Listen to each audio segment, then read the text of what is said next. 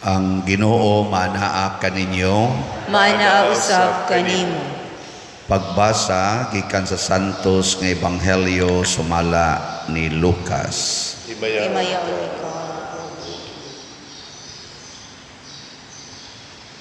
Niadtong higayuna gipapahawa ni Hesus ang yawa nga amang, ug sa nakagula na ang yawa nakasulti ang tao. Ang mga tao nahibulong apan pipila kanila miingon si Beelzebul ang pangulo sa mga yawa maoy naghatag kaniya gahom sa pagpapahawa kanila. Dihay uban nga buot mobitik kaniya mao nga sila mihangyo kaniya nga mohimo siyag usa ka milagro aron pagpaila nga siya pinadala sa Dios. Apan nahibalo si Hesus sa ilang mga hunahuna ug miingon siya kanila, bisan unsang nasura nga magkabahin-bahin ug magunay pag-away dili mulungtad ug dugay. Ang banay nga mabahin-bahin maungkag. Busa kun diha sa gingharian ni Satanas may mga pundok nga nagunay away unsaon man paglungtad sa maong gingharian. Nagingon kamo nga naghingilin ako sa mga yawa tungod kay naghatag si Beelzebul kanako gahom paghimo niini. Kung giingon niini nako paghingilin kanila, giunsa man di ay sa inyong mga sumusunod pagpapahawa kanila. Ang inyong kaugalingong mga sumusunod nagpaila nga sayop gayod kamo. Ang tinuod mao nga tungod sa gahom sa Dios naghingilin ako sa mga yawa, ug kini maoy nagmatuod nga naghari na ang Dios kaninyo. Kung ang usa ka tawo nga kusgan nga sangkap sa tanan niyang inandam nga mga hinagiban, magbantay sa iyang balay dili gayod kahilabtan ang iyang mga butang.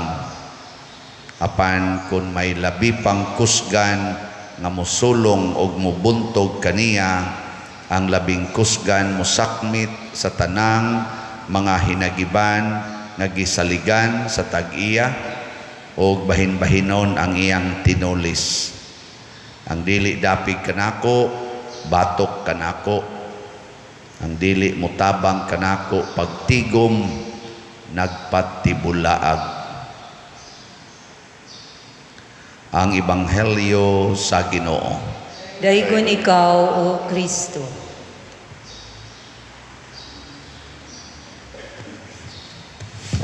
Pag-anhin ni Kristo sa kalibutan, mga igsuon, ang kalibutan giharian sa yawa. Mga gahig ulo ang mga tao.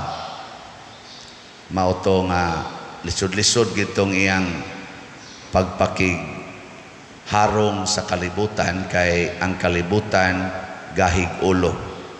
Muna sa tubag nato sa Salmo sa may gibutang dire, kun karon makadungog kamo sa iyang tingog, ayaw patig-aha ang inyong mga kasing-kasing. Si Jeremias gisugo sa Ginoo diri sa first reading nga sangyawi sila kay tig-ana kay sila kasing-kasing pero di sila maminaw kanimo. Lisura sa dana no, kanang suguon ka ba nga sangyawi sila nya dili sila maminaw nimo. Moingon ta unsa may kapuslanan? Magsangyaw-sangyaw ta nya di maminaw. Kamo ganahan mo musulti anang taong di maminaw nimo? Ha? Kamo naminaw mo nako? Istoryahe. Niyag mo ingon ko pamalit mog slot, naminaw mo nako. Bitaw no. Ilan na itong slot dire. Pila na may naminaw. So ang atong SBF nahalinan na ta as of yesterday niabot na og 9,297 slots. Pakpak. Ang ato sang GPHJ or God's Protection, Healing and Joy special slot na to nahalina na sa tag 1,589 slots. Pakpakya po. Pero og maminaw ka, unsa may sunod? Og maminaw, unsay sunod? Musunod. Og maminaw, ang sunod, musunod. Pero og naminaw ka, unya musupak, ang tawag ni mo ana, gahig ulo. Kinsa ninyo dinhi ang di yun magsupak-supak sa Ginoo ta sa kamot? Nay ni isa usa. So moingon ang Ginoo, higugmaa ang imong kaaway,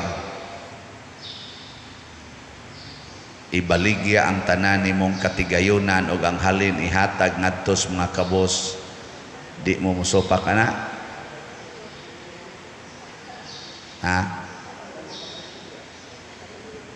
Nawa na. Wa na mo tingog. Ana mga pulong mo na sa Ginoo. Si Kristo pag-abot sa dingon siya, biyai ang imong amahan, inahan, asawa, bana, anak, balay, trabaho, lakip na ang imong kaugalingon ug sunod nako. Niingon gutong usa ka tawo, time sa Lord, namatay akong papa ako sa tong ilubong, nya human mosunod ko nimo, siya pasagdi na mga patay nga mo'y mulubong sa ilang minatay. Ikaw sunod nako, ay napagsigig hunahuna anang namatay. Grabihas Ginoo no, nya ka mo mosunod mo na. Oh, way klaro. Ang makapahimo nato og aksyon aning kinabuhi ba? Ang magtudlo nato unsaon pagbuhat, masummarize nato into 3. Kaning murag mga properties ni sa atong lawas or sa atong pagkatao. Kanang reason, emotion, o pagtuo or faith.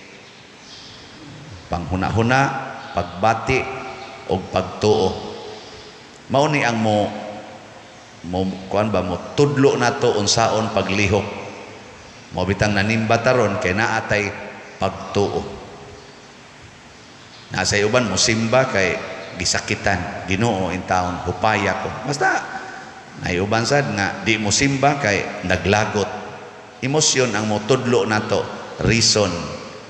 Kana diha gilungagan ang atong atubangan kay gibutangan culvert, gibutangan og yelo, unsa may reason. Unsa may rason nga gibutangan yelo. Warning aron di ka mahog lungag. Na kita mo na musimang ka dire imbis sa una straight ra ka diha. Uy, naa may ilo, tuyok. Ngano ni tuyok man kadiyang di amon tay lakto, ang buang ka diha mo ambak ka ng lungag. So naatay reason. So kamaotang mo reason, kamaotang mo bati, kamaosatang mo tuo. Kining tulo gamito ni either sa yawa or sa Ginoo. Kitay magbuot kinsay atong paggamiton. Pulos ni magkuntis ang yawa ug ang Ginoo. Iyang tudluan unsa iyatang tudluan sa Ginoo unsaon paggamit ang atong reason, emotion ug faith. Tudluan sa tas yawa unsaon paghimo paggamit ang emotion, reason ug faith. Mao na ang battleground kung magsunod tas Ginoo sa paggamit aning atong pagtuo, kining atong rason o kining atong emosyon, ang sangkuan, ang mahimong produkto, kabalaan sa kinabuhi, holiness, because God is holy. Way sala. Pero kung mo gamit tas atong emotion, reason o faith nga gasunod ta sa diktar sa yawa, ang ending sala. Karon, kumusta man inyong kinabuhi? Balaan o makasalanan? Holy or sinful? Inang ko na ita. Ako, sinful. Inyo, ang samay inyo? Sinful sad. Lingi ay mong tupad na. Ang imo ba? Ang samay imo? Sinful o holy? Niya mo ingon ka sinful pa deroy. Agasunod ka siyawa. Ako gasunod sa ko siyawa. Nya karon kay sultihan naman tas Ginoo sa nagpadala kog mga propeta, karon nagpadala kog pari aron mo sulti, gapadala kog lektor aron mo basa sa pulong sa Ginoo. Unsa may sunod natong buhaton? Mo day na ayaw patig-aha ang inyong mga kasing-kasing. Sa atong ebanghelyo si Jesus ginganlan og amigo ni Beelzebul, ang pangulos mga yawa or ni Satanas. Ingon si Jesus, giunsa man ako pagpapahawa ni Satanas kung kauban mi. Di ba? So karon di ay ni-realize man ta nga sinful ta sa ato pagi harian ta siyawa. Ang atong temple of God gipuy-an na nahimo ng temple of Satan. Nya unsa may buhaton matud pa ni Hesus, pasudla ang mas kusgan aron hinginla niya ang dili kayo kusgan. O di atong pasudlon ang Ginoo. Di ba? Unsa may nakapahimo nimong sinful, base nang imong sigig pangasaba ng imong anak. Unsa may gisulti ni Kristo, kasabaan o lipayon? Di iniguli nimo, di na nako kasabaan, Lord. Wag tang natong iyawa. Ikaw asawa, tingali sinful ka kay gasikag yaw-yaw sa imong bana. Nya unsa may pamaagis Ginoo, yaw-yawan ang bana o higugmaon? Hinay kay mga tingog higugmaon. So iniguli nimo sa inyo, ayaw na pagyaw-yaw ato sa imong bana, higugmaan na. Alagara na nimo, awa na, nawa nang yawa. Pasabot, ang buhat nga padong sa sala or ang buhat nga sala ilisi og balaan nga buhat. Kinsa may atong musukod nato nga kining buhata balaan na ni ang atong pagtuo, faith. Nya unsa man pagkahimo sa pagtuo? Matod pa diri ni Kristo, ang og nakapapahawa ko sa yawa pinaagi sa gahom sa Ginoo, ang pasabot naghari na kaninyo ang Ginoo. Pasabot ang kinabuhi, ang buhat ug ang pagtulun-an ni Kristo mao nay maghari, mao nay atong gisunod. Nabte nang utana nako, Father, okay ra ng LGBTQ? Kamo, mao man sa naroy isyo, Santo Papa, pangutana sa okay ra ng LGBTQ? How do you deal with gay and lesbian and transgender, bisexual? Unsa man ana to pagtubag? Okay o dili?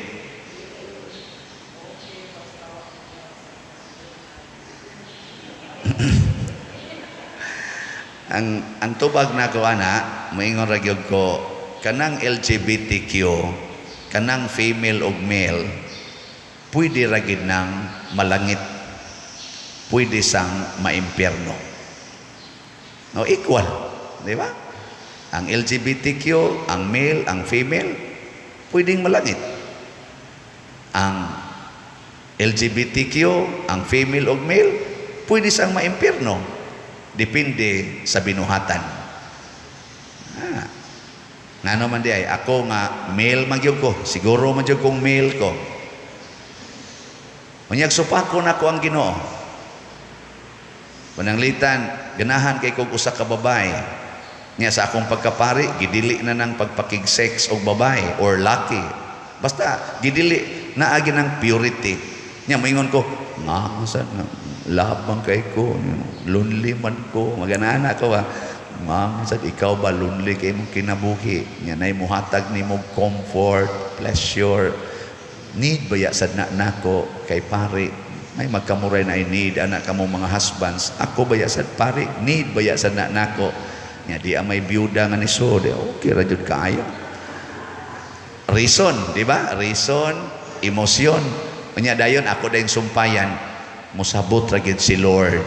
Hawa na faith na. Musabot ra gyud si Lord. Kamo ra gyud dili kasabot nako, pero si Lord kasabot gyud nako. Di gyud na siya mo judge. Ana, faith na siya. Nya, human nakigrelasyon ako atong bayhana. Ako nang papuyon diri sa kumbento, mao nay magkupots kolekta. Unsa man na, sinful or holy? Kusga. Nganong sinful man? Tungod kay wa na maigo sa standard sa Ginoo nga akong gi-embrace sa akong pagkapari. Pero nga akong pagkalalaki nagpabilin, kaso lang padung nako sa impierno. Pero moingon ko, Lord, ibog kay ko aning bayhana. Kini siyang bayhana ibog kay nako, magsigig ingon nga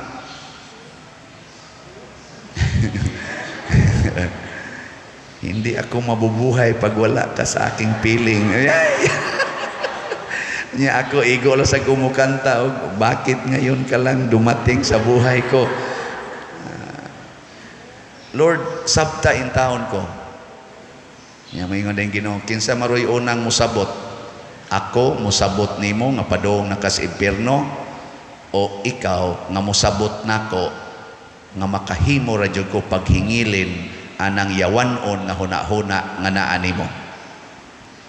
Inigingon ako, bitaw Lord, nothing is impossible with you. Please, tabangi ko, remove these evil emotions, this distorting reason, and this distorting faith. I know you can do this. I-remove din ito sa Ginoo. Although dili gid diha-diha dayon, pero mauna na akong paradigm. Kada nako kakita atong bayhana, Lord, niya na attract na sad ko. Mubo ra ba kay Lord? Taas ra ba kay kana, Lord? Lord, ang Ginoo padong kas impierno. Di ko ana. May pag-ari na lang tamutan awaring mga crucifix, aring Bible. Nya Lord, longing man ninako. Ingon sang Ginoo, I will satisfy your longing. Di ba? If God is with you, nothing is lacking. Sundon ng Ginoo, agas ding luha, hilak. Lord, ako lang gining ilit go. Na, igsunod na kong mata. Wala, hupay na. And that is my usual experience. In my 18 years of priesthood, murag kaupat na ko nihilak tungod aning akong sexuality. Murag kaupat na ko nakahilak. Haron di lang yun mo buhat what is sinful. Pero mahupay ra. Dangtag mga tulok simana, usay tulok ka buwan, wana, mawa na gitong maong huna-huna. Pero mudagan yung mga inana, torturing emotions. Mura sa dang mga LGBTQ, o laki ka, ganahan kay kaglaki. Ay, lang Ginoo, Lord. Sama ni, sinful man gid ni, pero ni amay akong pagbati. Yan na, suod ra ba kayo nako? Dungan ra ba may pangihi? Parihara sagod ako, hilig kay kong babae. In love kong babae. Magkuyog mo dito CR, makakita kong mag-ilis. Nya laki ko. Masa kay torturing na, ay di na sayo na O ikaw, lesbian ka. Lord, ibog kay ko aning bayhana. Nagat, tungan mig pangihi. Ari pa magtarong-tarong sa iyang inner garments diri sa CR na akustupad. Torturing, di ba? Sabto na nato, na struggle na sa mga LGBTQ. Struggle sa na kong pari. Labi nagdaghan kayong magsigig.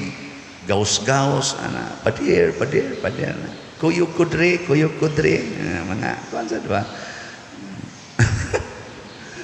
Struggle na. Pero kay tungod lang nga ay struggle, mo surrender na ta. Hilig man ta og struggle. Struggle sa kapobre, aron maarang-arang. Struggle sa pag-eskwela, nga hapit way baon. Struggle na kusuna elementary, kay bugo kay kustanan. Anong? Mo struggle man kita. nindot nang mo struggle ta to avoid sins than to struggle to commit sins. Una akong giingnan katong nangutana nako. Sa unsa man pagkalangit, Father? Nako og magsulob og binabay ang usa ka gay dili na sala. Pero magpaburot na siya sa iyang dughan para maangaya na siya sa iyang pagkababay aron sexy siya tatanahon, sala na na. Pero ganahan lagi siya magsulob. That is his way of thinking and feeling. Tagay. Insa unya ang influence anas katilingban na kudo na sa to sila laing obligasyon ang pagrespeto. Respetuhi nga ang iyang way of feeling and thinking.